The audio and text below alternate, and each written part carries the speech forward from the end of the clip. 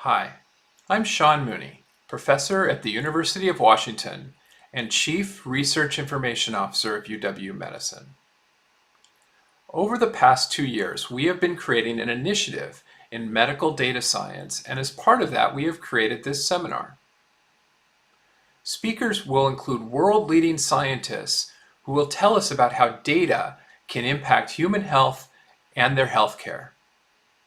Please use the link below to register for our mailing list to hear about future events in this series. We hope you enjoy them. With this, I would like to pass on to Gabby for introducing our speaker today, Pete. Thank you, Pete, for joining us. It's lovely having you. Gabby, over to you. Thanks. Thanks, Hachi. Yeah, it's really my pleasure. My name is Gavi Kohlberg again. It's really my pleasure to introduce my good friend and colleague, Dr. Pete Creighton. Dr. Creighton comes from us. He studied engineering at Georgia Tech, went to medical school at Emory, did his residency in otolaryngology, head and neck surgery at Harvard, and then fellowship in skull-based surgery, otology and neurotology at Johns Hopkins, where he then stayed on as faculty. He's a clinician scientist there. He's NIH funded through KO8, and he's currently collaborating in the School of Engineering in the Laboratory for Computational Sensing and Robotics. In particular, he looks at his research focuses on novel integration of AI and robotics, with the aim of improving the safety and efficiency of training in lateral skull-based surgery. And I'm very excited to hear his talk. So thank you for joining us today. I have no financial conflicts of interest. My co-PI does have a tech transfer agreement with a small startup company called Galen Robotics, and I won't be discussing any off-label medications. I don't know how much you guys care about that, but Hopkins gets very upset if you don't start a talk with that. So just a quick outline, I'd like to talk a little bit about why we're doing what we're doing at the LCSR, kind of some of the current limitations of robotics and image navigation in the skull base, and then some overview of just kind of the work that we're doing to try to address it. Please feel free to ask questions at any time. Happy to stop. And I'll try to not get too far into the weeds of the clinical stuff. Just kind of make sure I get a chance to get to the more interesting things. But for those of you who don't know what Gavi does and what I do, we are temporal bone and skull-based surgeons. And the way I like to think of what we do is that there's usually a tumor somewhere in the brain. We have a drill and we need to get there. And unfortunately, through that, there is a whole bunch of really important stuff on the side of your head that we don't want to hit. And when my family is not at all medically savvy, and so when I try to describe to them what I do, I actually say it's a little bit like playing Minesweeper as a kid. You're just trying to get from one side to the other without hitting anything bad. And for us, instead of having the ones and twos, we look at small things like changing color of the bone, changing pitch of the drill. But at the end of the day, we are really very reliant on kind of what the natural anatomy is. And anytime there's abnormal anatomy, it makes our job much harder. And so why do we need new technologies in ear and skull-based surgery? I think first and foremost, without trying to pat ourselves on the back too much, what we do is there's a high degree of technical difficulty to access the areas that we need to get to in skull-based surgery. Unlike spine surgery or laparoscopic surgery, really millimeters make a difference between a very successful surgery and a complete failure. And because of that, there are really many things that limit our surgical options for skull-based tumors, which often would be treated best with surgery, but we oftentimes will need to do radiation or something else just due to the difficulty to accessing these regions. It also requires extensive training. I did 5 years of clinical ENT training, followed by 2 years in neurotology. It's a 7-year track plus medical school. It really is something that takes a lot of time to train people to do this because it's so difficult. And because of that, there's not a lot of people around the country who can do this. And so for people who don't live in major cities, having access to to these sorts of surgeries is very limited. These surgeries also take forever. I can tell you that my wife knows if I have a skull-based case that she's not expecting me home for dinner. She's an ophthalmologist and can't understand why I think operating for 12 to 14 hours at a time is a good idea. Really, for me, the most important is that injuries in the skull base, they really result in very significant impacts to the patient's quality of life. And if we can do anything to decrease how much that happens, I think it's a worthwhile endeavor. The other reason is that what we're doing, like I said, is very small. So these are all three of your bones of hearing, and all three of them would actually fit inside a dime. That's how tiny they are. And then if we look into the skull base, this is a picture of the carotid artery coming through, coming out the front in the infratemporal fossa. This is the ear drilled away, showing the facial nerve and the carotid artery. This is a view of the Gasserian ganglion and the fifth cranial nerve. And this is a view of the internal auditory canal through a middle fossa approach. And if you take anything from all these pictures, there's a lot of stuff in each of these pictures, and each of these pictures encompasses probably 5 to 6 centimeters. So it's something where there's just a lot of high importance real estate in a very small area. So to give a little bit more life to that, here's just a couple case examples. This is a 3.5-year-old who I operated on about 2 years ago. She unfortunately had a osteosarcoma of the temporal bone and failed chemotherapy and needed a surgical resection of this. Unfortunately, as you can see on the bottom picture, her tumor basically abutted the internal carotid artery in the petrous bone. And so to do surgery on this, we are operating in an area that, again, has a lot of high stakes real estate. And this is really how we find the carotid artery, is by looking at other landmarks to guide us. Which is helpful, but if there's small abnormalities between patients and someone's not exactly kind of like the book, it definitely can lead to bad outcomes. And so this is drilling just on top of the jaw joint and drilling down to the carotid artery.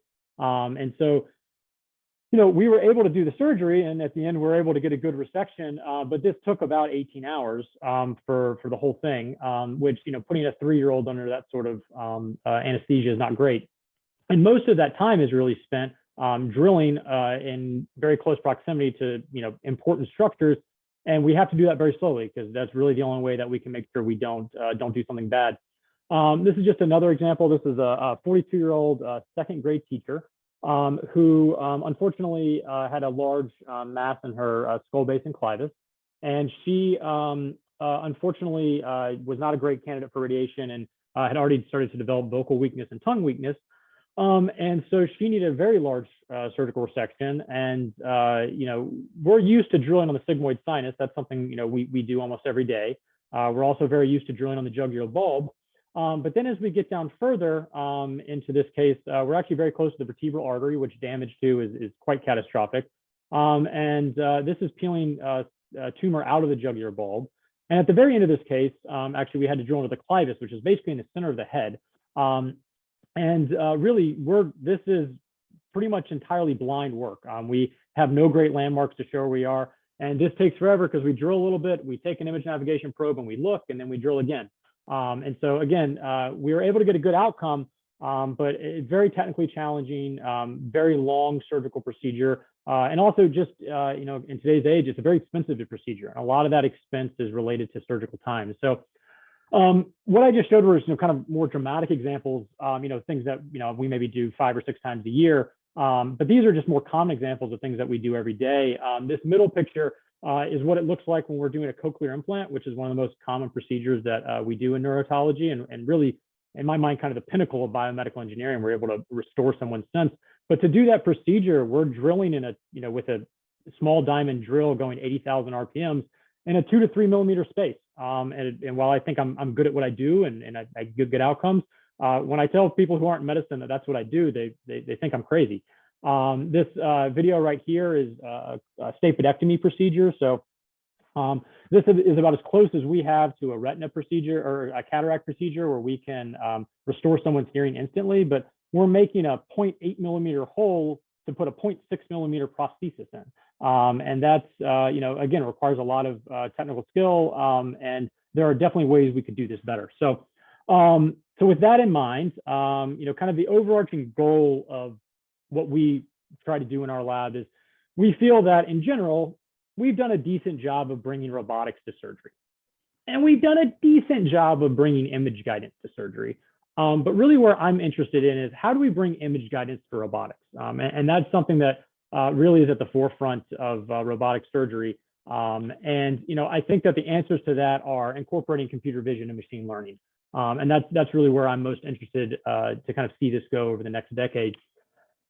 And so all told, if I kind of put all that together, what I'm really hoping to build is a semi-autonomous surgical platform. If we kind of take a step back, in this audience, I don't have to get too deep into this, but when I'm talking to clinicians, usually this is the thing that goes over most of their heads. What is machine learning? And it's really a way to make a computer algorithm improve automatically without us having to do it for it. And as all of you know, deep learning is a subset of that, which uses neural networks. Computer vision is a widely interdisciplinary field, but basically the goal is, can we teach a computer to view how a human does and to be able to visualize things, identify things, and then correlate them to each other. It attempts to understand and automate tasks that the human visual system does, and it's something that we have started to do in radiology a whole lot more, but we have not really brought it to the surgical arena. I have a patient who is one of my favorite patients to see because he's a NASA researcher, and we talk about his medical problem for about 5 minutes, and then we gossip about technology for the next 15. And we both were kind of joking that it's surprising that surgery and aerospace are the two areas that seem to have the slowest integration of new technologies like this. And I think it's because the margin for error is so low. And it's one of the things that we're really focused on trying to do is to decrease that margin of error when we bring AI into robotics. Computer vision, it's something that we use every day, but it's just something that we don't do a lot in surgery. And I think it's for that reason that surgery requires such precision that until it's a fully vetted thing, it's something that we're not going to bring into the operating room. So when I say semi-autonomous, why do I say semi-autonomous versus autonomous surgery? And this is one of the things that I believe is going to be the next thing to happen. I don't believe fully autonomous surgery is going to happen, in the next 10 years, maybe the next 20, 30, but you can do very basic things like suture, do small anastomoses, but to do an entire procedure autonomously, just the amount of data and input that requires, I think is very difficult because you have to program for every eventuality. So I don't really want to be Tesla. I'm aiming to be Lexus. I want to be semi-autonomous. I want a system that works with the operator, but can augment and improve their performance. So why do I want semi-autonomous? For lack of a really deep philosophical reason, it's just much easier. Trying to fully automate something in the surgical arena is very difficult. Gabby and I trained for 7 years to do this. It makes sense to take advantage of the surgeon's skill set. And so trying to find ways to not get the surgeon out of the operating room, but instead to find ways to augment and improve their skill, I think is kind of the next path forward. The final thing is that also it's much, much, much better accepted by the public, which is kind of an interesting phenomenon. Tesla is a great example of this. I don't know what the traffic is like or what the drivers are like in Seattle, but I can guarantee you I would trust a Tesla driving up 83 in Baltimore over 95% of the people who drive there. That being said, when Tesla has one wreck, it makes national news. The general public, for whatever reason, is not okay with fully autonomous systems having an error. And we have, this is a paper we have in submission right now on the left, and a paper that's been published by another group on the right. But basically, if you look at what patients are okay with, they view semi-autonomous pretty favorably. They view robotic surgical extenders even more favorably. But once you start looking at fully autonomous, actually their kind of perception of it is that there's actually a high personal risk, and that in terms of their attitude for it, it's what they have the worst attitude towards. But what are the barriers to kind of creating a fully semi-autonomous surgical platform? First off, we need a better robot. Traditional robots like the Da Vinci are not designed to work like this. They are able to have the surgeon view the scene, but they're not able to kind of fully take advantage of the surgeon in the actual surgical scene, sitting next to the patient. We also need better image segmentation. For any of these things to work and to work efficiently and make their way into the clinical space, we have to be able to automate image segmentation, particularly for us in the skull base. And it's one of the things that makes skull-based surgery a great proving ground for semi-autonomous surgery. Is most of what I spend my time operating on is bony anatomy. So that anatomy is fixed in place, and it lets us cheat a little bit. It's generally non-mobile, and so if we can get good image registration and we can get good image segmentation, we can train a robot to know where it is in space. But to do that, we really have to have accurate and efficient and automatic image segmentation. And then at the end, we really need better image navigation. And I think this is kind of the crux of bringing robotics into the skull base, is that while image navigation is something that has become very popular, and it's good in some things, and most of the companies will claim sub-millimeter accuracy, what really is going on here is that you can get sub-millimeter accuracy at the surface, but once you start getting deeper and deeper into the skull, you get a lot of propagation of error. And so, it's not uncommon, and we'll try to use image navigation for most of these cases, but it's not uncommon when we get down to, where kind of the rubber meets the road, so to speak. And we find that the navigation is really not all that useful. Image navigation also requires you to bring a separate instrument in, which is very disrupting to the surgical workflow. Because if you're working on something, you don't want to have to take the surgical instrument out, bring a second instrument in, then look off the screen out of the microscope to see what you're doing. And so there's a lot of improvement for that, but I really feel like better image navigation is really the key to making this work. And so if we talk about a better robot, one of the things that we have spent a lot of time working on at Hopkins, and there's a small startup company that's been working to bring this to market, is looking at cooperative control rather than traditional primary secondary robots. So the Da Vinci is a typical primary secondary robot. Someone, a surgeon, is telling the robot what to do, but the robot is actually what is manipulating the tissue and manipulating the tools. Whereas a cooperative control robot is actually something where the robot and the surgeon hold the instrument in parallel. And this allows the surgeon to move the instrument while the robot monitors the position and the motion and has the ability to augment or improve that motion. And so it doesn't take the surgeon out of the operating environment. It doesn't put them across the room. It puts them at the operating table like they normally would be, so that it's an easy thing for them to be able to have the normal visualization and normal workflow that they're used to. But now they're able to have a robot try to make them better. And so this is what we call the robotic ENT microsurgery system, or RIMS. It's a 6 degree of freedom system. And it works kind of like a little bit like power steering in your car. And there's a foot pedal gain that allows you to control how fast and how slow you want it to be moved. It initially was designed to reduce tremor, which it does a very good job of. In reality, though, if you're kind of looking at kind of really very well-trained surgeons and people who have been doing this for a long time, tremor is not often the thing that is really the limiting step for them. It's more common in novice surgeons. But what it does allow us is to have a very good tracking in three-dimensional Cartesian space of where the tooltip is, which you'll see in a second becomes very useful for us. And so this is how the robot works. So you bring it in, you have an adapter to the drill, it clicks in place, and then you are able to move the drill freely. And you can control how fast or how slow you can move it by changing by using a foot pedal here, which just changes the admittance gain. And so how we are interested in using this is to use virtual fixtures. So virtual fixtures was a phrase first coined, I think, in the 90s by the Air Force. But basically what it is an augmented sensory overlay onto a user's, kind of real perception of the world. And so in a little bit simpler terms, what it allows you to do is create, virtual but robotically enforced no-go zones. So if you watch this video, this is one of our engineers working, and you can see he's programmed the robot to be able to allow it to go into the center of the orange, but not anywhere else. So he's pushing hard trying to get in. But once it goes over the center where it's been programmed to go, it'll allow it to go. So you can think of this a little bit like going bowling with bumpers. You're still the one throwing the ball, but you've got something that's going to stop you from going in the gutter. And so we initially took this about 2 or 3 years ago and said, hey, let's see if we can set this up and train it how to drill a mastodectomy, which is kind of one of the most basic ENT procedures. And so we did a very kind of brute, not fancy way of doing this, where we, in 3D Slicer, we just created virtual planes that kind of mimicked what we wanted to remove in terms of the bone that we wanted to take out.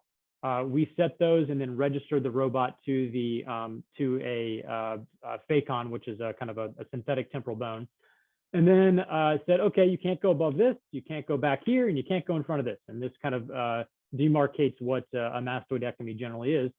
And so this video is one of our computer engineers who has never touched a drill in his life, drilling a mastoidectomy. And basically our instructions to him were to drill as much as the drill will let you go. Just keep pushing until it stops you. At the very end, you'll see that actually it drills a very nice mastoidectomy. We're actually able to see at the very end all the structures we would want. He did this in about 3 minutes over several trials. And so it's something that actually, we're very excited about. That's great. We can do a very basic procedure, but this isn't something that, that we really need, to be perfectly honest. We can do this without a robot, in about 8 minutes. And it's not something where a robot is drastically needed to drill just a basic mastoidectomy, but it's a proving point for how the technology can work. And so where we wanted to take the next step was to say, instead of telling the robot what bone to take away, we want to tell the robot, okay, what structures do I not want you to hit? And what that allows us to do is to adapt this to almost any skull-based procedure that we want to do, because we can just say, hey, this is the structures that I want you to keep safe, and you can take everything else away.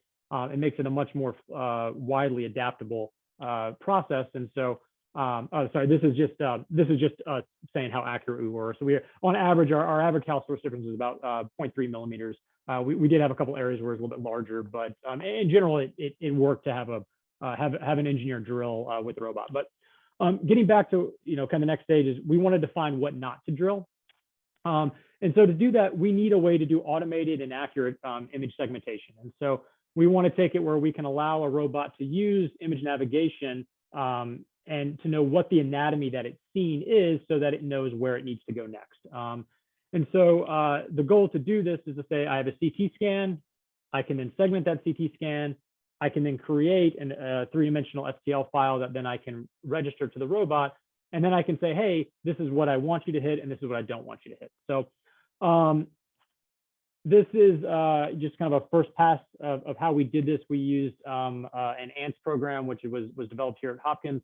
And basically, this is a segmentation propagation type system. So we focused on creating first just some statistical shape models from manually segmented bones.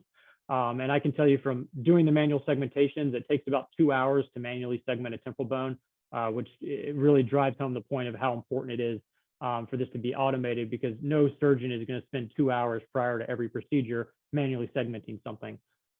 So we manually segmented it and then used that to create statistical shape models of relevant anatomy. And I could talk for another hour about how I think that the ability for us to do principal component analysis on anatomy of the temporal bone is a very right field. It's something that could really let us learn a lot more about how anatomy impacts function, but I'll spare that. But I did love this widget that we put together. So after we build these statistical shape models, we use those to create basically an average template. And so basically we say, all right, we've taken, I think we did about 40 scans. We've taken all of these and created, okay, this is what an average temporal bone should look like. And then we use that and take a new temporal bone in. And first we rigidly register it to make sure that the same coordinate plane. And then we use the deformation fields that we were able to obtain from the statistical shape models to non-rigidly deform the template to match the new CT scan. And so this is kind of the overarching system, and it works pretty well. If we look at kind of our mean house source distances and dice scores, most of our dice scores are above 0.8. We have a few that are a little bit lower, and if we're looking at house source distances, most of these are sub-millimeter. Now, what you'll see here is there are definitely a few outliers. The chordotympany nerve, for instance, as well as the stapes, which are very thin structures, do horribly in this.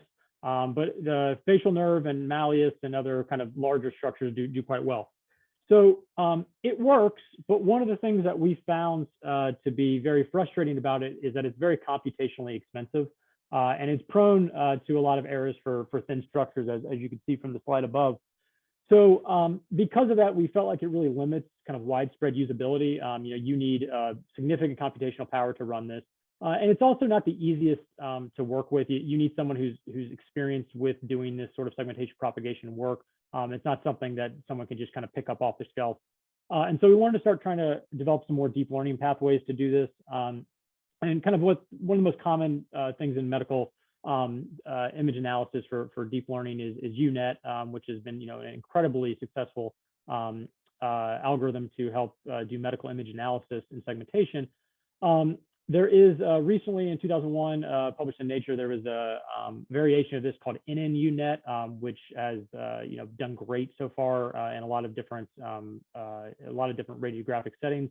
And so we took this because it's an open source, and we were already had kind of training data built, and so we were able to then take NNUNet, and as you can see here, it actually did much better than our ant segmentation propagation. So we feel pretty good about this. It's something that can be very easily open sourced and kind of used widespread. It's not something that you have to have someone who's spent hours and hours and hours working in the system to be able to kind of get this up and running.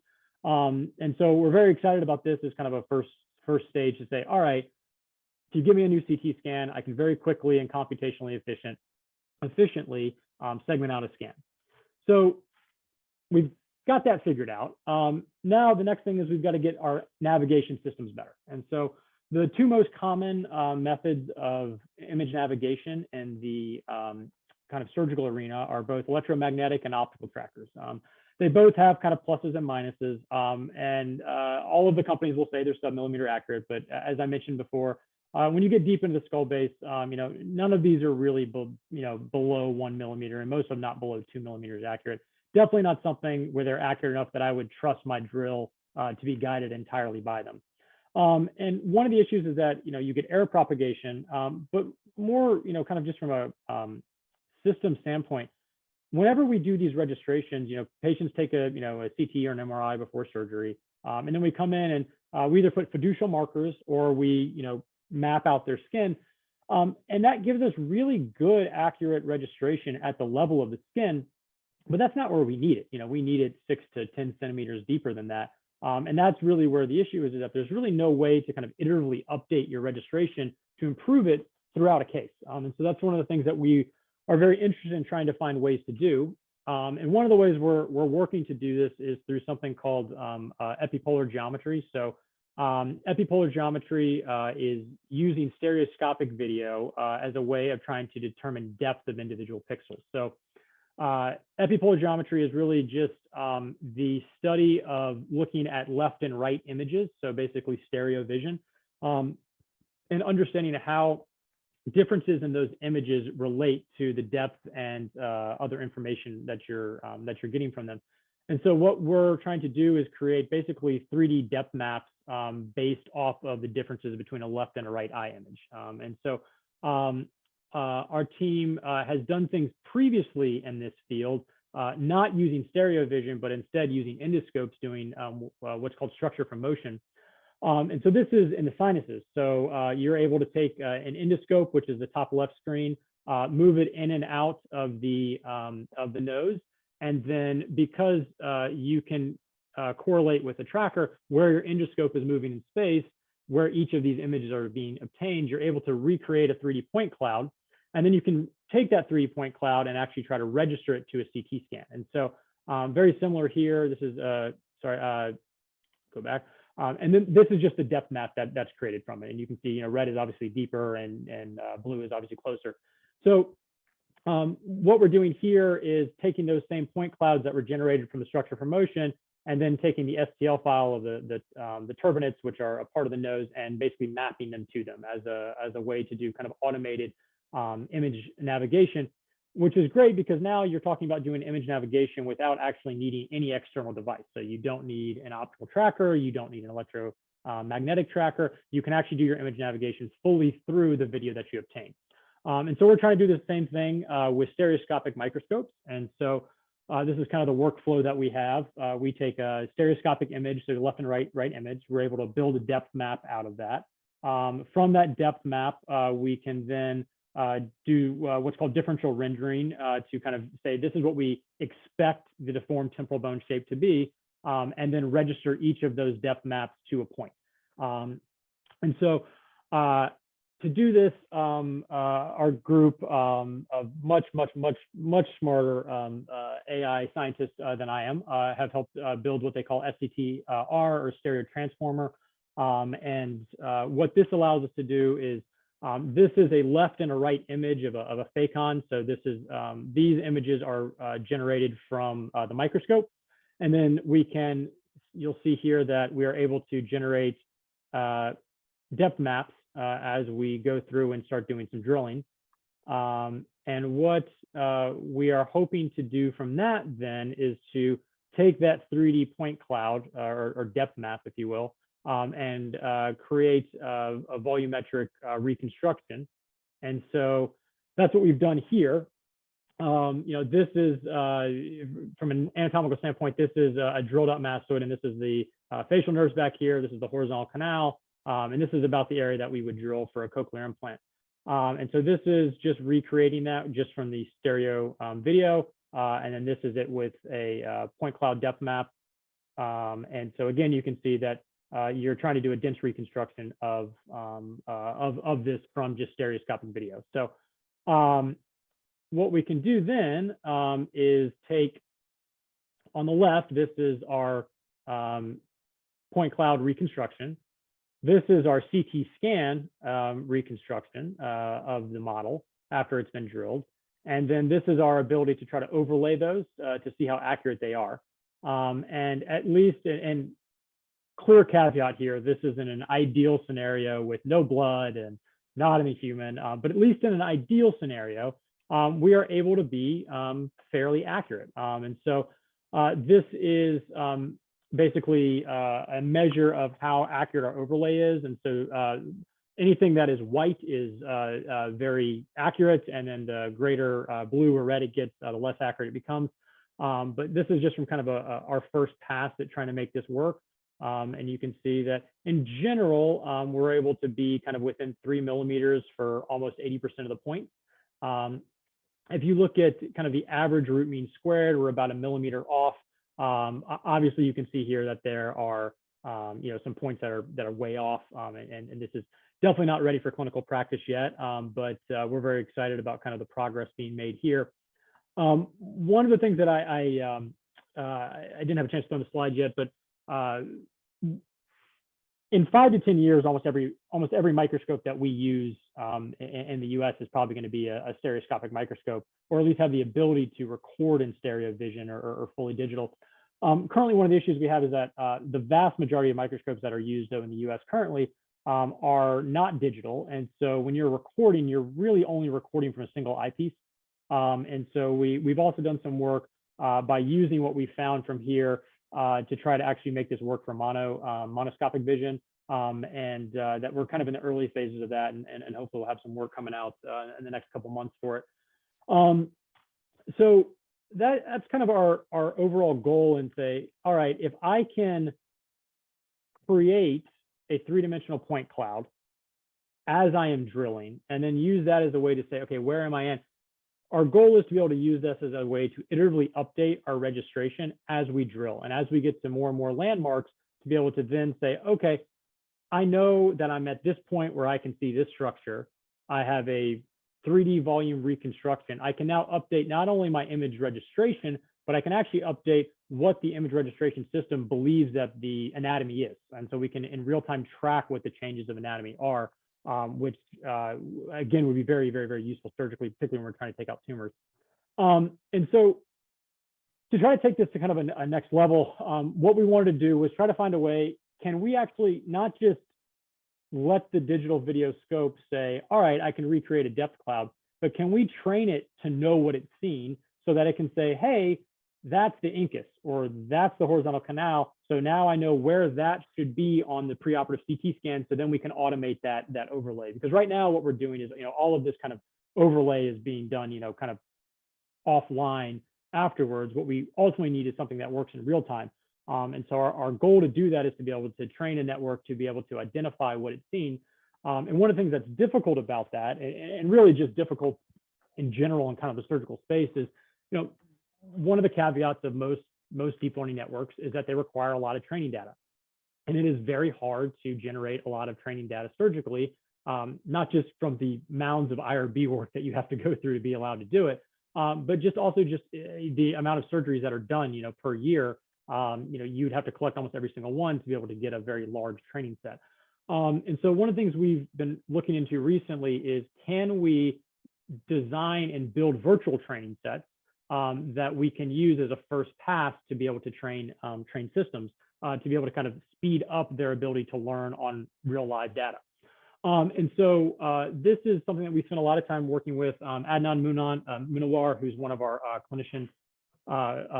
clinical research faculty in the School of Engineering, has been developing a system called AMBF, which is basically a virtual system that is able to relate different objects to each other with forces. And so think of it kind of like a haptic trainer. And in our field, several groups have kind of come out with haptic simulators for ear surgery in the past, but all of them have really focused on actually just training the surgeon. None of them have really said, okay, well, we can actually use this data to start training deep learning networks. And so that's where we're trying to take this right now. And so this was kind of, we started this about 3 years ago, and this is where we started out. And this was literally me clicking a mouse, left and right to start taking voxels away. Not really all that high fidelity, but it was kind of where we started. Since then, we've made a good bit of progress in building this out. And so currently, this is kind of the setup that we have, where this is our simulator. And what you'll see is it's doing real-time eye tracking. It is tracking multiple things. So it's able to track the position of the drill, the force that's being exerted on the drill. It's also able to track the removal of bone, and so kind of the continual changing of the anatomy. It's one of the things from us, from a surgical training standpoint, it's really important that surgeons are able to see kind of the entire drill as they're drilling, so they're not hitting things with a part of the drill that they can't see. And so we can actually measure how much of the drill surface is being visualized. We can look at economy of motion. And so we're really excited about this as kind of a hopefully way to first just have a bunch of experts drill, so we can try to develop kind of a mathematical understanding of what different procedures are supposed to be. And then use this as both a way to train deep learning networks. And then also we're hoping to be able to use it as a way to kind of do more real-time kind of automated coaching for our surgical residents. And finally, where we're, I hope we go in, the next year or two, is if we're able to generate enough data from this, my hope is that we can then use that to be able to train a system about how to properly drill, so that we could then give a cooperative control robot a CT scan, and we're not going to have to really set the parameters for what it needs to do. It's going to be able to look at the image and say, hey, this is how the surgeon should go through this. So we're going to help augment them to make them match closer to what an expert procedure should be. It also, the eye tracking is just kind of fun because it allows us to do things like, look into cognitive load and find out, what part of the surgeries are actually the hardest. So there's a lot of fun things that we're looking forward to doing with this. But the most exciting thing about it is that it is able to let us train deep learning networks. And so this is kind of the left and right eye image. And then this is kind of a depth map. And then this is just a different shaded depth map. And so what we're able to do is take this information and then recreate a synthetic view of what it should look like as we are drilling a mastoidectomy and as that bone is being removed. Now the caveat is that this is without instruments, so it's we have to make that next step to bring this in real world. But for anyone who's ever seen a mastoidectomy, this actually looks quite realistic. And so we have some early work going on right now using this information to go back to our stereo transformer to be able to try to improve its performance. But what we are able to show with this so far is that if we take this is I believe this is Orbi. It's a tracking open source that they use, but they took the data that we've generated from the virtual model and used that as the training data for a kind of a well-established deep learning network, and shown that actually we can do quite well. And so we're excited about where this is kind of going in the future. And then this is, kind of our next step. So, we have we can automate image segmentation. We can kind of automate image navigation, and we can kind of, take our robot and match those into a virtual fixture environment. Really, the next step, though, is that we need to integrate all this together. So this is our mock operating room at the Homewood campus, and I'll try to be fancy and do a little annotation with see if I can pick a good color. But so we have a couple things going on. So this is right here. This is our cooperative control robot, and it is holding the drill, and then it is working on drilling this right here, which is just a 3D printed temporal bone phantom. And we are tracking both the instrument and the robot in 3D space. The robot itself has been programmed to have all the STL file information about the instrument, so it knows where the tooltip is moving in real time. And then we have in the back here, you'll see this little circle back here is a very fun toy that we got about 3 months ago. It's a Loop X, so it's I don't even want to know how expensive mobile robotic cone beam CT scanner. And so we're able to take down to kind of 0.2 millimeter voxel size, or 2.2 millimeter slice thickness for this. And basically we have it set up where we can drill a little bit, put it in the scanner, come back out, drill some more, put it in the scanner. And so that we're hoping that this is going to be our way to actually try to validate and train our model to be able to, in real time, understand what is being changed in the anatomy and how it's being changed. And so that is kind of where we are at and where we're hoping to go. And this is just kind of, showing that, we can track the instrument in real time, which right now there's not a lot of great ways to do that. And so the final thing that we're going to need to be able to do is take all of the computer vision work that we've done and now start accounting for instruments and blood and things like that. And so this is just some early work on trying to do some instrument tracking. So here's just us trying to track the tooltip. And if you come, sorry, I've gotten too fancy with the annotations. And then what we can do is we can take that and right now, at least in an XYZ plane, we can track the motion of it and kind of recreate the three-dimensional part of that. And so what we're hoping to do is as we get better with our virtual model, we're able to hopefully start bringing this into real live surgical procedures in terms of being able to take those surgical procedures, look at the video, and do the real-time kind of tissue deformation or tissue training. And so I never want to be the person who goes too long in a talk. I always feel bad about that, so I'll try to end it here now. But first I do just want to thank all the people who I work with. There is I did biomedical engineering, and if anyone did BME, if they're being really honest about their undergrad degree, it taught you to talk the talk and know what a lot of things were and to sound like you know what you're talking about, but you can't really do much of it on your own. I wouldn't be able to do any of this without just an amazing team that we have at Hopkins. Russ Taylor is considered by many to be kind of the godfather of surgical robotics. He built the first kind of surgical robotic hip replacement device.